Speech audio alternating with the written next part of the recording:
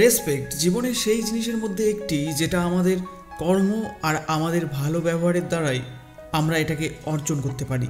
কিন্তু জীবনে আমরা কখনো না কখনো আমাদের নিজেদের অজান্তে এমন কিছু কাজ করে বসি যেখানে আমরা আমাদের রেসপেক্ট আমাদের সম্মানকে নিজেরাই হারিয়ে ফেলি বা সেখানে খুঁজেই পাই না।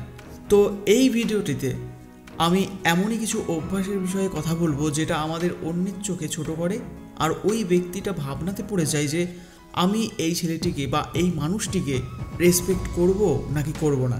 কিন্তু এই ভিডিওটাকে দেখার পর তুমি বুঝতেও পারবে কোন কোন ছোট বিষয়গুলোকে তোমার মাথায় রাখা উচিত আর কিছু সিচুয়েশনকে কিভাবে হ্যান্ডেল করতে হয় আর তোমার সম্মানকে কিভাবে সব সময় বজায় রাখা যায়। তো হ্যালো বন্ধুরা, আমি রাজ, আপনাকে স্বাগতম হেলদি লাইফ অ্যান্ড স্টাইলে। কখনো না কখনো তোমার সাথে এমনটা নিশ্চয়ই হয়েছে যেখানে তুমি একটা ভিডিওকে মন দিয়ে দেখছো আর হঠাৎ করে তোমার সামনে একটা অ্যাডভার্টাইজমেন্ট চলে এলো। তখন তোমার কেমন লাগবে? নিশ্চয়ই বিরক্তি লাগবে, তাই না? আর যদি স্কিপ করতে পারতে তো ভালো, আর নয়তো অ্যাডভার্টাইজটা পুরো তোমাকে দেখতে হতো, তারপর ভিডিওটা কন্টিনিউ করতে হতো। ঠিক এরকমই কখনো কোনো কথাবার্তার সময় কাউকে নিজের অ্যাচিভমেন্টের বিষয়ে বাড়িয়ে চড়িয়ে ততক্ষণ অবধি বলো না যতক্ষণ না সে ওই বিষয়ে তোমার কাছে জানতে চাইছে না, নয়তো তুমি ওই অ্যাডভার্টাইজের মতনই তাকে ইরিটেট করছো। আর সে হয়তো কখনো তোমাকে বলছে না, বাট খেয়াল করে দেখবে সে হয়তো তোমার কথা এড়িয়ে যাচ্ছে অথবা ওতে ইন্টারেস্টেড নয়, কিন্তু তুমি সেটা বুঝতেও পারছো না। লোকেদের সামনে নিজের অ্যাচিভমেন্টের ওপর গর্ব করা বা নিজের বন্ধু আর পরিবারের সাথে নিজেদের খুশিটা ভাগ করা নর্মাল একটা জিনিস, কিন্তু কেউ যদি প্রথমবার তোমার সাথে মিশছে বা সে তোমাকে ভালো করে জানেই না, তবে তার সামনে বাড়িয়ে চড়িয়ে বলা বা শো অফ করা সঠিক নয়। আর এভাবে তুমি তোমার রেসপেক্ট হারাতে পারো। যখন নর্মাল কোনো ডিসকাশন হয় বা কথাবার্তা চলে তখন একজনের ওপরে আরেকজন কথা বলা নর্মাল বিষয় হয়, কিন্তু যদি তোমাকে কেউ বারবার আটকায় আর তোমার কথাকে যদি পূরণ করতেই দেয় না, তবে যদি তুমি এই জিনিসটাকে এড়িয়ে যাও, তুমি যদি এই সময় নিজের ওপর স্ট্যান্ড না নাও, তবে কিন্তু তুমি সবার সামনে নিজের রেসপেক্টকে হারাবে। এই ধরনের ব্যবহারের ফলে লোকেরা এমনটা মনে করে তুমি তোমার হাকের জন্য নিজেই দাঁড়াতে পারো না বা তুমি খুব দুর্বল প্রকৃতির মানুষ। আর অনেকে এমনটা এই জন্য করে যাতে সে নিজের পাওয়ারটাকে সবাইকে দেখাতে পারে আর তোমার ওপর এবং পুরো গ্রুপটার ওপর নিজের ভাব জমাতে পারে। কিন্তু এরমটা করা একদমই উচিত নয়, কিন্তু তবু কিছু মানুষ আছে যারা জেনে বুঝে এমনটা করে। তো এই অবস্থায় কেউ যদি তোমার সাথে কখনো এরমটা করে, তবে তুমি সেই সিচুয়েশানে তুমি তাকে পোলাইটলি এটা বলবে যে ভাই আমার কথাটা শেষ করতে দাও, তারপর তুমি বলো। আর এটা বলার পরে তুমি তোমার রেসপেক্ট কখনো হারাবে না। আচ্ছা, কমেন্ট করে জানিও এমন ধরনের সিচুয়েশনের মুখোমুখি তোমরা হয়েছো কিনা কখনো। যদি অন্যের আটকানোতে তুমি কিছুই না করো, তবে তুমি তোমার সম্মান হারাতে পারো।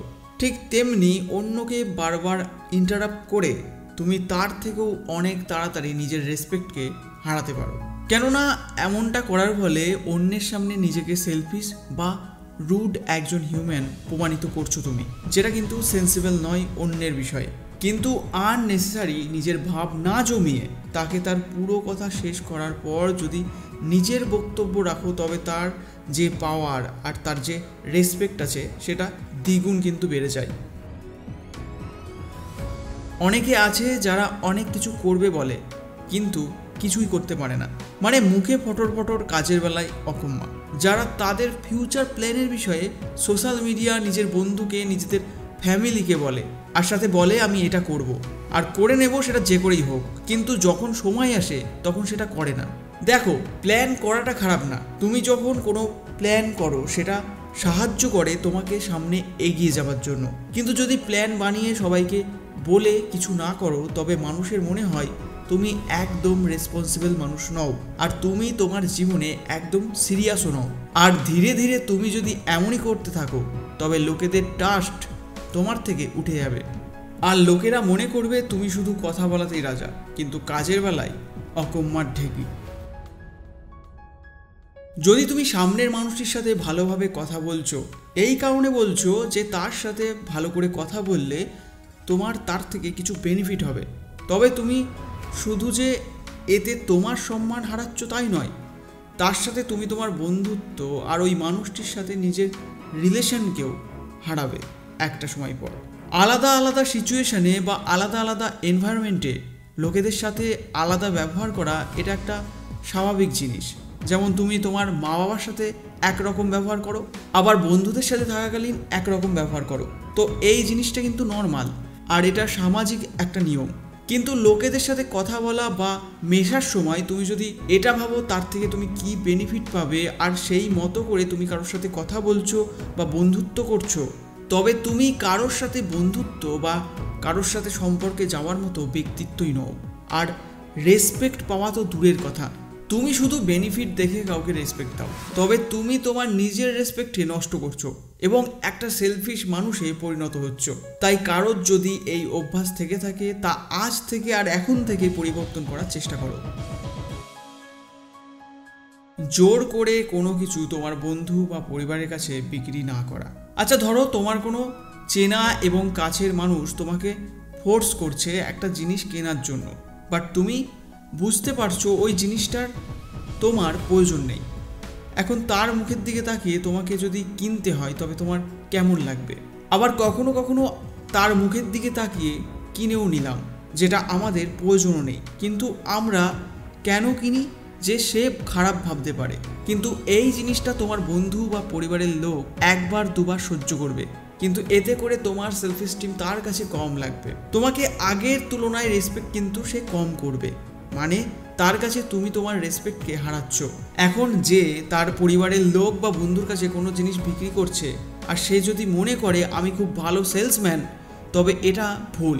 কারণ বন্ধু ও আত্মীয় স্বজনরা আমাদের অনেক কাছের মানুষ হয় এবং তারা আমাদের অনেক কাছ থেকে চেনে আর তারা বিশ্বাসও করে।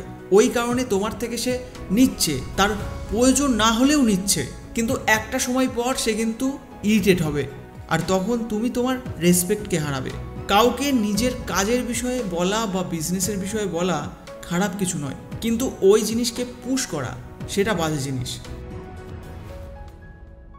আমরা জানি মানুষ ভুলের পুতুল, আর আমরা সবাই কেউ না কেউ কখনো না কখনো ভুল করেই থাকি। ভুল করা কোনো বড় কথা নয়, কিন্তু তুমি যদি সেই ভুলটাকে সবসময় লুকানোর চেষ্টা করো আর নিজের ভুলটা অন্যের নামে চালাও বা তাকে ব্লেম করো বা কোনো সিচুয়েশানকে ব্লেম করো বা সোসাইটিকে ব্লেম করো, তবে এতে করেও কিন্তু তোমার সম্মান বা রেসপেক্ট তুমি হারাতে পারো। কারণ এরকম ভুল যখন তুমি প্রায় করো তখন মানুষের তোমার প্রতি ট্রাস্ট করাটা অনেক মুশকিল হয়ে পড়ে। কারণ লোকেদের মনে হয় তোমার লাইফে তোমার নিজের কোনো কন্ট্রোলই নেই আর তুমি সব জিনিসে অন্যজনের মতো আঙুল তোলো, আর তোমার মধ্যে নিজের ভুল মানার ক্ষমতাটাও নেই। আর এই কারণে লোকেরা তোমাকে দুর্বল ভাবতে শুরু করে। এবার একদম শেষে ফ্রি অ্যাডভাইস, যদি কেউ আমাদের কখনো তাদের সমস্যার কথা ডিসকাস করছে তবে সেটা আমাদের মন দিয়ে শোনা উচিত, আর যদি আমাদের কাছে তার জন্য সঠিক অ্যাডভাইস থাকে তবে তা আমরা তাকে দিতে পারি যাতে তার সেই প্রবলেমটার সলিউশন হয়। কিন্তু যদি সঠিক পরামর্শ না থাকে এবং তাকে ভুলভাল ইনফরমেশন বা তাকে কনফিউজ করে নিজেকে বড় দেখাবার কোনো প্রয়োজন নেই। অনেকে এমনটা করে কারণ তারা মনে করে তারা ঠিক এবং সেই বিষয়ে তারা ঠিক কথা বলছে, কিন্তু যাকে অ্যাডভাইসটা দেওয়া হলো তার জন্য সেটা শ্যুট নাও করতে পারে, আর বেশিরভাগ হয়ও না। তখন ওই মানুষটির চোখে তোমার রেসপেক্ট নিচে নেমে যাবে। এমনকি হতে পারে সে তার সমস্যার কথা নেক্সট টাইম বলবেই না। তাই আগে শোনো, তারপর অ্যাডভাইস দাও। আর কোনো অ্যাডভাইস না থাকলে ফালতু অ্যাডভাইস দিও না। তো বন্ধু দেখো, রেসপেক্ট মানে সম্মান পেতে গেলে তোমাকে সম্মান দিতে জানতে হবে। তবে যদি আমার কথা বলি, আমি সকলকে রেসপেক্ট করি না। যে রেসপেক্ট পাবার যোগ্য তাদেরকেই রেসপেক্ট দিই, সেটা বড় হোক বা ছোট। তবে কারোর সাথে ফালতু অ্যাগ্রিও করি না। তো এই যে পয়েন্টগুলো আমি তোমাদের আজকে বললাম বা ডিসকাস করলাম, এগুলো যদি একটু দেখে চলতে পারো তবে নিজের সেলফ এস্টিমে কখনো আঘাত আসবে না। তো কেমন লাগলো ভিডিওটি সেটা অবশ্যই কমেন্টে জানতে চাইবো। এই ধরনের ভিডিও আগামীতে দেখতে পছন্দ করবে কিনা সেটাও লিখে জানিও। আর লাইক অ্যান্ড শেয়ার করতে ভুলো না, আর সাবস্ক্রাইব করলে আমার চোখে তোমার রেসপেক্ট আরও বেড়ে যাবে। তো thanks for watching, get fit, stay healthy.